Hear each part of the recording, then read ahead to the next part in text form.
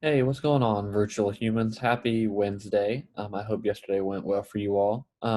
Today, we are moving into looking at the role that writing and cuneiform played in Mesopotamian society. And we're going to do that by looking at a guy named Hammurabi's law code. Um, so last week and yesterday we did review, or yesterday did review of like what we did last week. There we go.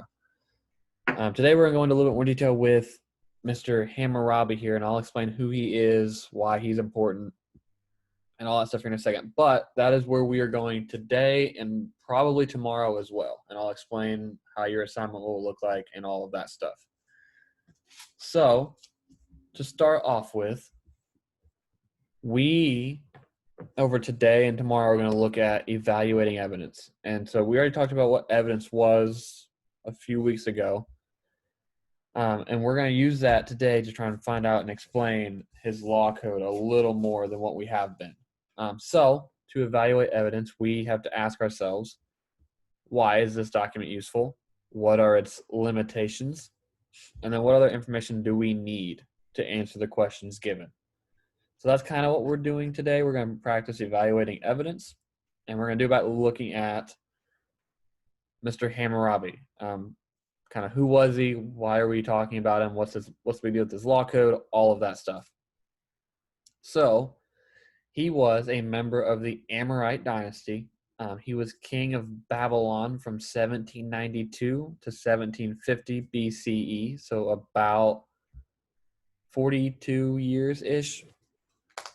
He actually was able to unite all of Mesopotamia under the Babylonian Empire, so kind of what he did as far as his kingship was he was able to unite the land of Mesopotamia that we've been talking about, Sumeria, those places, all under one rule, which was his.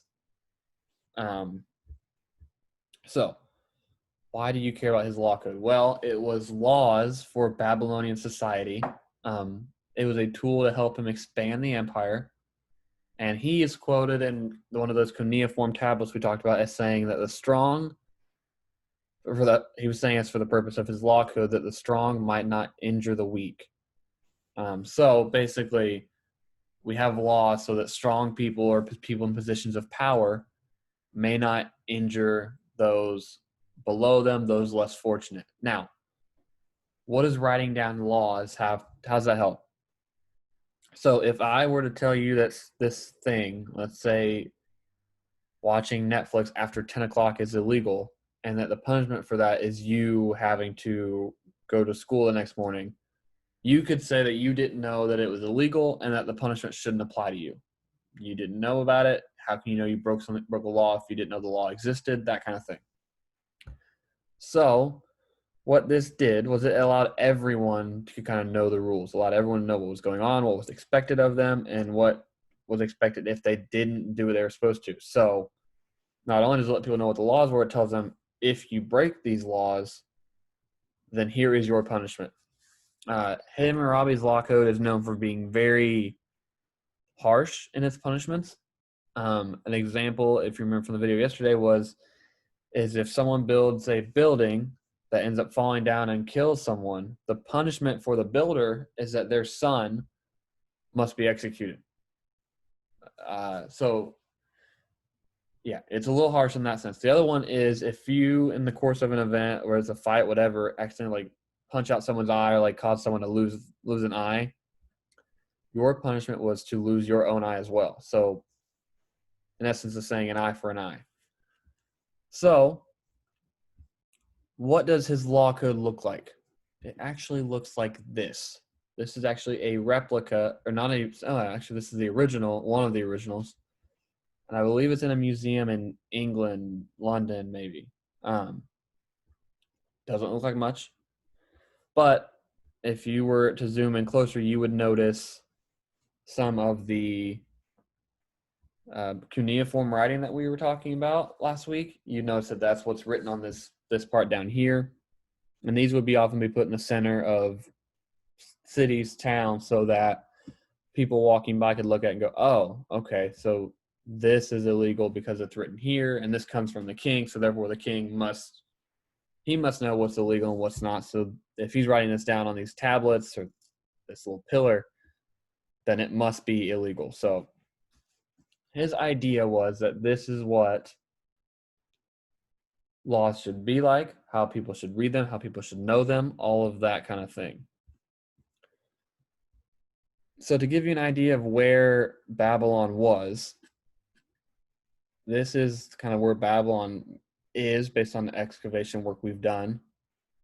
And then this is all the area that he was able to unite under his leadership. So southern Iraq, Kuwait, that area, the Persian Gulf down here, just gives you an idea of where this is. And if you look on this map here, you'll see compared to the bigger region, we're looking at this area right here in the square. So what we're going to be doing today and tomorrow is going to be looking at this question here. What can we learn about Babylon, from Hammurabi's law code? So that's kind of where we're going as far as material today and tomorrow. Now, let me explain the assignment for you.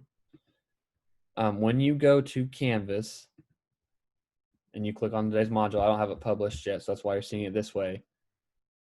It will take you here, and you will see these two documents here, document A and document B. Okay, your assignment involves both of these, so make sure you read both of them. Now, Mrs. Louder pointed something out to me yesterday that I thought would be helpful for you all, and it is actually a Google Chrome attachment called Immersive Reader. I will actually download that real quick so you guys can see what that looks like. So you would search Google Chrome Immersive Reader,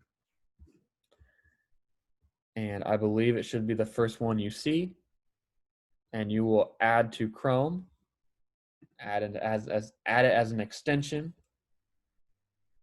and then you can use Immersive Reader to read the screen for you.